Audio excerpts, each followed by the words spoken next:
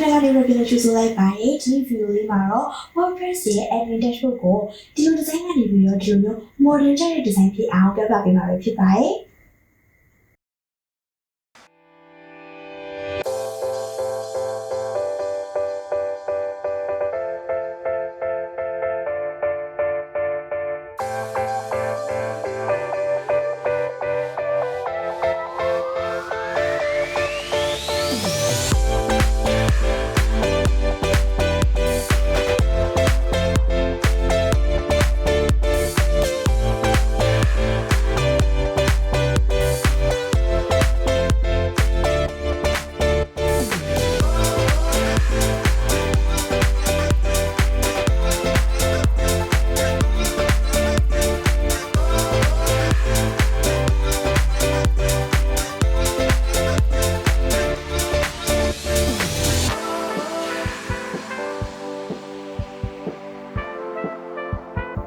ဒီလိုလေးဆိုပြီးဒီမှာရဲ့ Wordpress ရဲ့ admin dashboard ကို design ပြလို့နာမက Wordpress ကနေပြီးတော့ဒီ website ဆောက်နေဆိုတော့ဒီရှင်เนาะဒီပေါ်နာလေးမှာရှိတဲ့ link လေးကိုနှိပ်ပြီးတော့ order ကြည့်လို့ရပါတယ်